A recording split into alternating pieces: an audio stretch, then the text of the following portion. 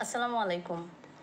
Dear students of 4th year honors Department of English, Anandamohan College, this class is for you. Today I have come here with this class particularly for a message that I have noticed that some of my students requested to take a class from the 20th century poetry, and this is just to serve that purpose. So dear students, before going to start the class, I want to know about your present situation. But as it is a one-way class, so I can just hope and wish that all of my dear students are fine and fit, and all of you are performing your duties and you are keeping yourself safe at home. And dear students, I again request all of you to keep yourself safe, and at the same time to help the other people surrounding you to keep themselves safe. And I know that all of my dear students are very much obedient, they are very much responsible and dutiful, and obviously they will perform their duties. So, dear students, today I will discuss about a particular poem by William Butler Yeats. And you know, in your 20th century poetry, William Butler Yeats is a very much renowned poet, a very famous poet among the 20th century poetry.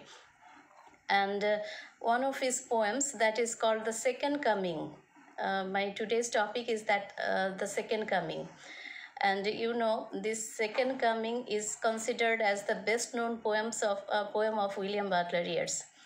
So the Butler Yeats, he is basically an Irish poet, and he was born in 13 June. He was born on 13 June 1865, and he was born in Dublin, Ireland. As at that time, Ireland was under the British rule, that's why he is also considered as an English poet. But basically, he is an Irish poet. And he passed a significant time of his boyhood in the County Sligo. That was at his mother's home.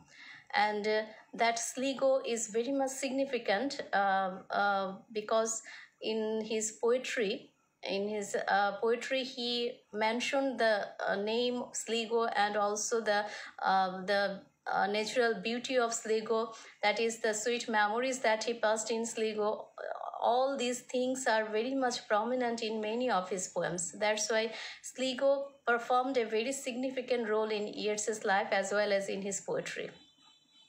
Then William Butler Yeats's father, he was John Butler Yeats, and he was a painter. And the family of William Butler Yeats, that was very much renowned in Ireland, in Dublin. And at the very beginning, Yeats he studied at London, but later on he returned to Dublin and he studied in Dublin School of Art. But finally he left that art, that is painting, the career of painting, because he wanted to concentrate in poetry. And finally he became the world famous poet, that is the Butler Yeats as the famous poet of 20th century. And many more things that is very much significant and that influences the poetry of William Butler Yeats, that is two great women. We get the name of two great women in many of poems of William Butler Yeats. One is Modgon, that is the beloved of Butler Yeats, and Modgon was an Irish nationalist, and she performed a vital role in Yeats's poetry. She influenced Yeats's poetry, but the love for Modgon was one-sided love. That is, Yeats was the lover, and that was only the one-sided love. That was from Yeats's part. And that was the unrequited love. And Modgon inspired Yeats greatly to become a great poet. You know, the rejection in love. Modgon was married with another man, John McBride, and throughout the life of Yeats, he didn't get the company of Modgon. and that rejection from Modgon's part could not destroy the life of Yeats or the career of Yeats. Rather, the rejection became a strength for Yeats, and that rejection became the greatest strength for Yeats to become a great poet. That was the positive inspiration for Yeats. Another lady was also there. She is called Lady Gregory. And Lady Gregory, she was a very learned woman. She was she had a wide knowledge in art, literature, and culture. And Yeats had a very good friendship with that lady. And in many of his poems, we also get the references of Lady Gregory. So she also influences Yeats's literary career. Then the Irish nationalism. This is also a vital issue in Yeats's literary career. That is, in many of his poems, we get the references of the Irish nationalists, the rebels, and also the movement that were run by the Irish nationalists. For example, Easter 1916. This poem was also written on the movement by the Irish nationalists against the British authority. Then Yeats was also the founder of Abbey Theatre in Dublin. And this Abbey Theatre, it influences or it helped the Irish literary renaissance. So Yeats had a very significant role. We can say that Yeats had a very significant role in the promotion of Irish literary renaissance. So these were the basic information about this great poet, W.B. Yeats. So our today's poem is a very significant one, a very famous poem by Butler Yeats. And this poem is called The Second Coming. The title of this poem is The Second Coming. So let us have a little focus on the title, that is The Second Coming. What do you mean by the second coming? So if we mention the phrase the second coming, then obviously in our mind there comes a question: what is then the first coming? What is about the first coming? If it is the second coming, then what is about the first coming? So we can think about that. If it is the second coming, then whose coming is it? And before that, what was the first coming? How was the first coming? So actually, this poem is about the cycle of civilization. This poem is based on Yeats's theory on civilization. His personal idea, his personal viewpoint about the cycle of civilization. And he tells us about the present situation, about the 20th century situation, that is the condition of the 20th century civilization. And in the very first stanza of this poem, Yeats gives a vivid description about the present scenario of the 20th century civilization. What was the condition? What was the exact situation of the 20th century Christian civilization? And you know, up to the present time, this poem is about the 20th century, but up to the present time, we are now at the 21st century. We are now at the beginning of 21st century. But Yeats, in this poem, in the first stanza of the poem, he tells us about the 20th century. That is, what was the exact scenario, what was the real condition of the 20th century. And you know, 20th century, obviously up to the present time, this century is this civilization. This century is run by the Christian civilization. This century is led by the Christian civilization. Till today, the whole world is governed by the Christian civilization. Christianity is the most powerful leading, authority. And Christianity is running the world. And W.B. Yeats, in the present poem, he is telling about the 20th century and the present scenario of the 20th century that was guided by the Christian civilization. And this Christian civilization, that was the first coming. And you know, the Christian civilization was started through the birth of Jesus Christ. So Jesus Christ was the leader. He was the forerunner, and he was the initiator of the first coming, that is, of the first civilization that comes up to the 20th century. And that was the first coming. That was the birth of Jesus Christ. That is considered by W.B. Yeats as the first coming. And that first coming, that is the up to the 20th century, the civilization guided by the Christian civilization, that point, or up to that time, the first coming, up to that time, that is up to 20th century, the civilization was guided by the birth of Jesus Christ, by the advent of Jesus Christ. So the first coming is considered as the coming of Jesus Christ. Now the poet is prepared for the second coming. The poet, he suspect, or he believed, W.B. Yeats, he believed that after 20th century, a new civilization will arise. The previous civilization, that is the Christian civilization, will obviously fall down, it will collapse, and in that situation, in that point, a new civilization will arise.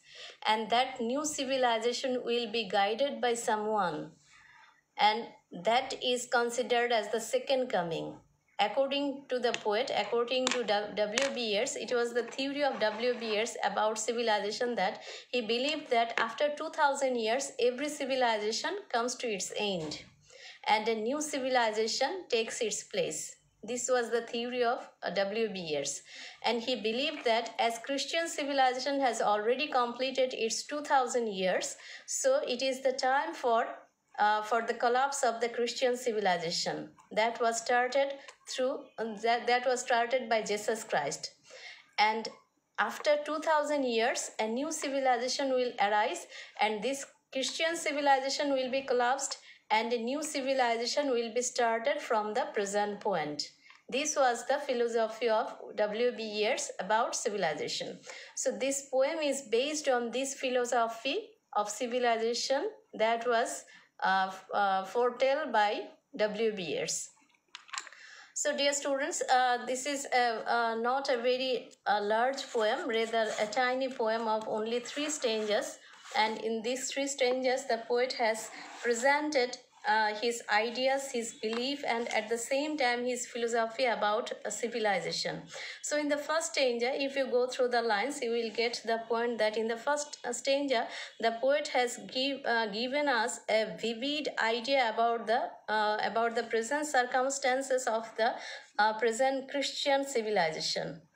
And I am going through the lines, so I am requesting you to have the text and to follow the lines so that you can have a better understanding of the lines.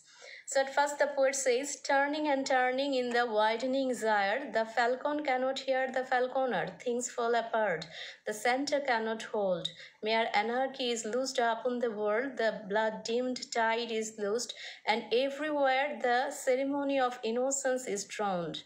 The best lack all conviction, while the worst are full of passionate intensity. So a very realistic description. It is after all a lifelike description, and in our surrounding we very commonly and in a very vivid way we can notice such a situation. If you just go through the lines and if you just try to understand, then you will feel that this is just the description of the facts that are happening surrounding us. We can also feel the same situation in our present condition, in our present circumstance. We can also feel the same situation from our own experiences. So at the first time, the poet tells us about a gyre, that is a cone-like shape. I think all of you are familiar with cone. That is a very easy example, maybe the ice cream, cone ice cream. So just think about the cone. In one part of a cone, that is a narrow ending at a certain part, it has a narrow ending, and the other part is wider. It gradually becomes much more wider. That is, from one part, how far it will go or it will extend, the cone will be wider and wider. That is, from the central point, from the narrowest point, the further it will extend, the shape will be much more wider. This is the shape of a cone. So the poet has mentioned here the word zaire, that means a cone. And this word zaire is introduced here or mentioned here to give us an idea about the passing of civilization, the passage of civilization or the passage of time, how time passes, how civilization proceeds. So if we think about the beginning of civilization, then if we compare the passage of time with a cone-like shape, then the starting point can be considered with the narrowest point of the cone. And with the passage of time, the further time, that is the time that will come in future, and the proceeding of time will be considered with the wider shape of the cone. That is, how far time will proceed, how far time will extend, it will go away from the central point. That is, if we consider the narrowest point as the center of time, that is the passage of time, then we can say that with the passage of time, the point of the civilization will go further and further, and ultimately it will be much more wider. From the center, its position will be much more wider with the proceed of time. And the poet is saying that turning and turning, that is, time is passing, and the passage of time is considered with the turning of a zaire, turning of a cone. And in the widening zaire, the falcon cannot hear the falconer. So just think about 2000 years ago. Think about the situation of the birth of Jesus Christ when the Christian civilization was started. That was the central point of this civilization. And from that central point, we have already passed, that is, up to the poet's time, we have already passed 2000 years. And after 2000 years, time has passed, that is, 2000 years have been passed. And with the passage of time, with the passing of these 2000 years, civilization has moved far away from the center. And the center was the birth of Jesus Christ, the focal point of this Christian civilization, which was started by Jesus Christ.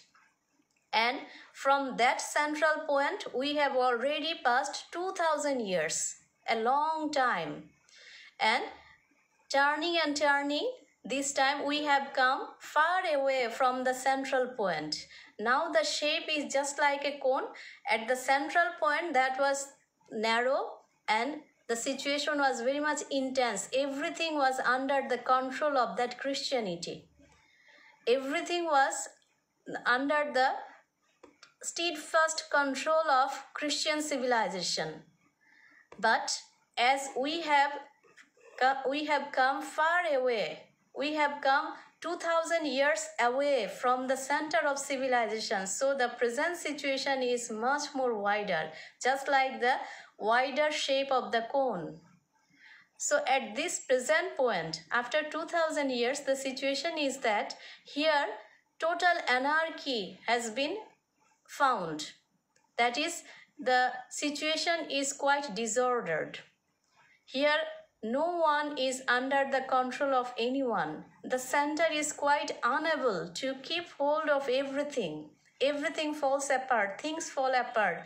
Things are all in a total disordered condition. Everything becomes unruly. The master cannot control the disciple. The falcon cannot control the falconer cannot control the falcon. Falcon means the disciple, or the what should I say, the trainee, and falconer is the trainer. Falconer is the master. So in the 20th century scenario, the situation is so rough. The situation is so what should I say, unpredictable. The situation is so horrible that in such a situation, no one is under the guidance of any other people.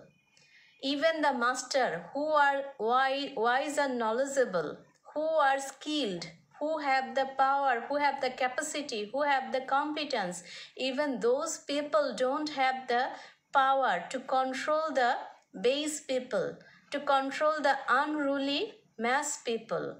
Here, the falcon cannot hear the falconer. That is, no disciple is ready to hear the message of the master, hear the message of the ruler. No one is submissive towards the higher authority, towards the ruling authority. So the poet says, falcon cannot hear the falconer. This is the exact situation of the 20th century. That is, everything goes beyond control. Nothing is under control. Everyone is unruly. Everyone is indisciplined. Everyone is in a disordered condition. No one is under the guidance of a sound authority. Then the poet says, things fall apart. Everything is now in an anarchic situation, in an anarchic condition, in disordered situation. So things fall apart. Everything is scattered here and there.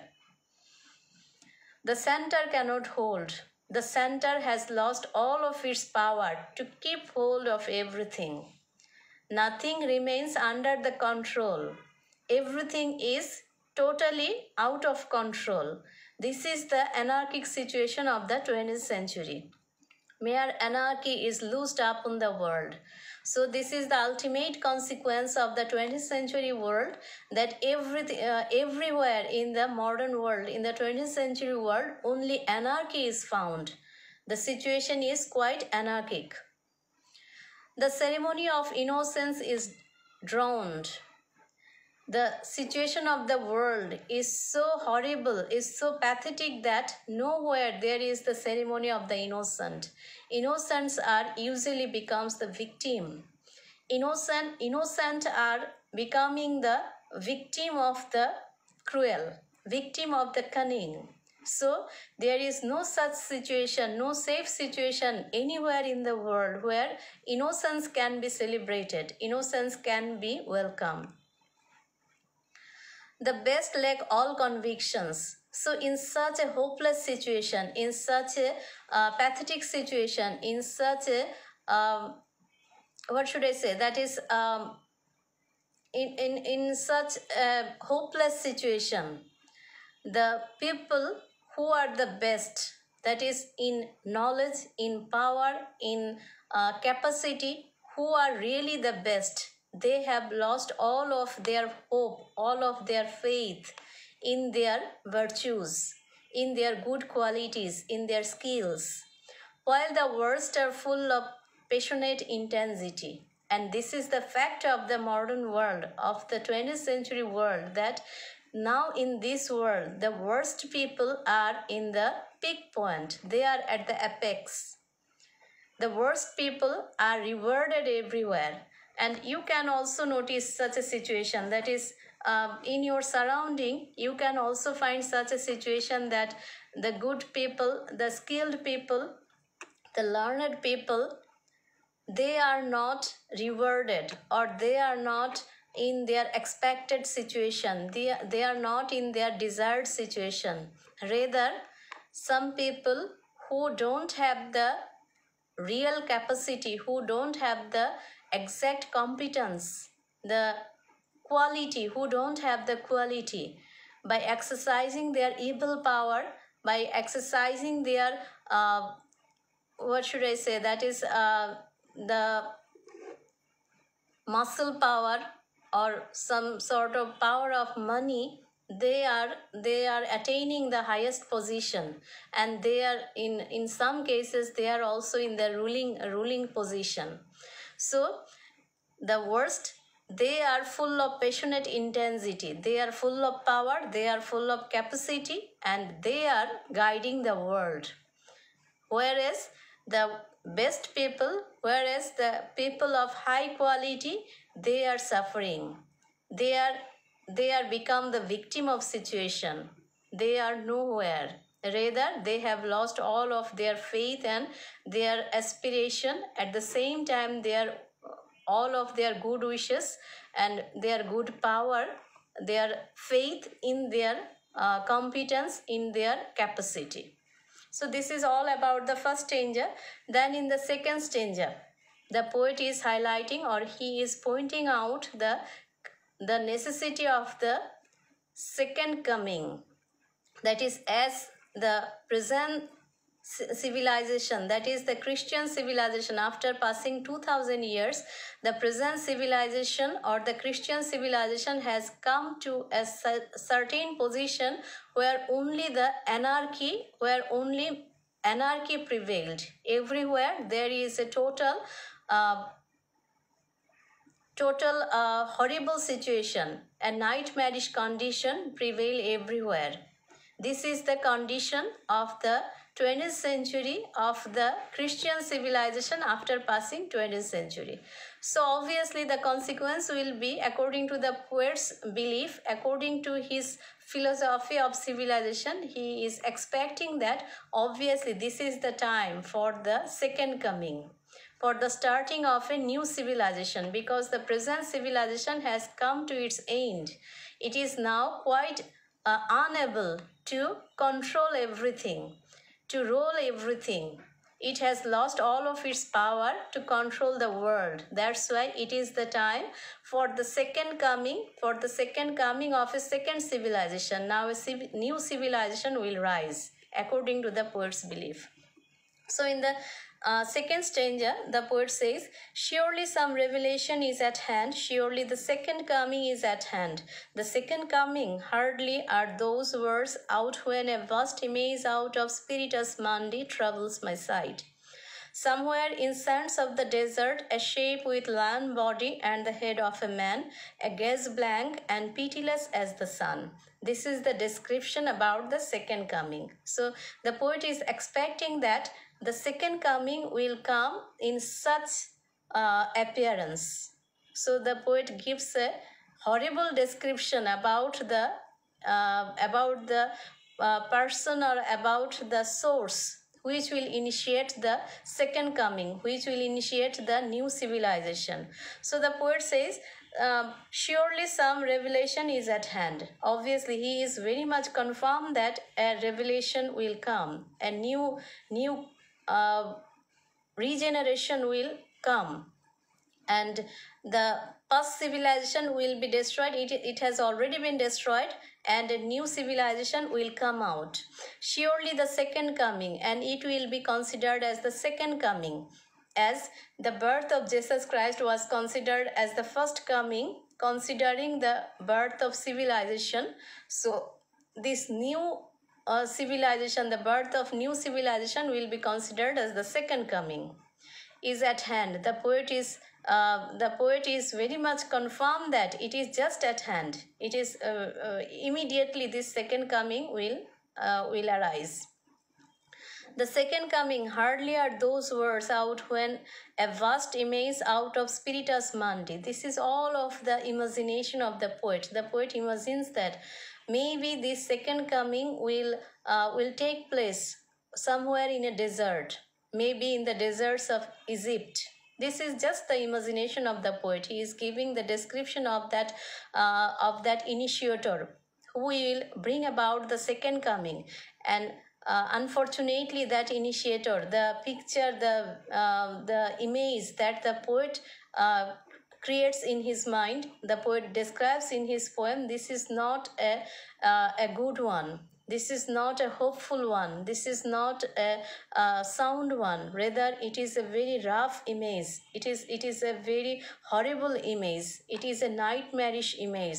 So we can be confirmed that according to the poet's belief, this second coming will be a terrible coming. It will be the civilization of anarchy. This civilization will not be a good one, rather it will be the anarchic civilization. So the poet says that the initiator of this second coming, maybe it will take its birth, it will start its journey somewhere in a desert, maybe in the desert of Egypt. So again the poet imagines that in the beginning of this second coming, maybe it will take place, maybe it will take its birth from the image of a sphinx. That is, you have heard the name sphinx, that is in the Egyptian desert. The statues, there are some statues, and these are the abnormal statues, that is some giant like figure, the body of a lion and the head of a man, the combination of beast and man. So the combination of human being and beast, these two combination, through this two combination, a peculiar creature has been imagined in the statue of a sphinx. And the poet is considering that maybe from that giant-like figure of a sphinx, the second coming is starting its journey. So the poet is giving us an imaginative description of that the starting of that journey of the second coming. That sphinx in the sands of the desert, it starts to move its thigh, and it is starting its journey, and the movement of that giant figure, the movement of that giant beast is troubling the vision of the poet. The poet becomes aware, the poet becomes conscious about the beginning of that anarchic second coming. So the poet says, he gives a description of the look of that initiator of the second coming of that beast. That is its look, its eyesight is without any it is totally blank. Its sight is totally blank, and its eyes are there is no pity at its eyes. It is pitiless, quite pitiless. So we can easily imagine that the initiator of the second coming of the second civilization will obviously be a beast, a cruel beast. It will be a bestial civilization. It will be a horrible civilization. It will be a nightmarish civilization. And the initiator of that second civilization will be a pitiless beast, will be a ferocious beast, because in the eyes of that beast the poet could not find any pity, any sympathy, any human emotion. So this is about the second stanza.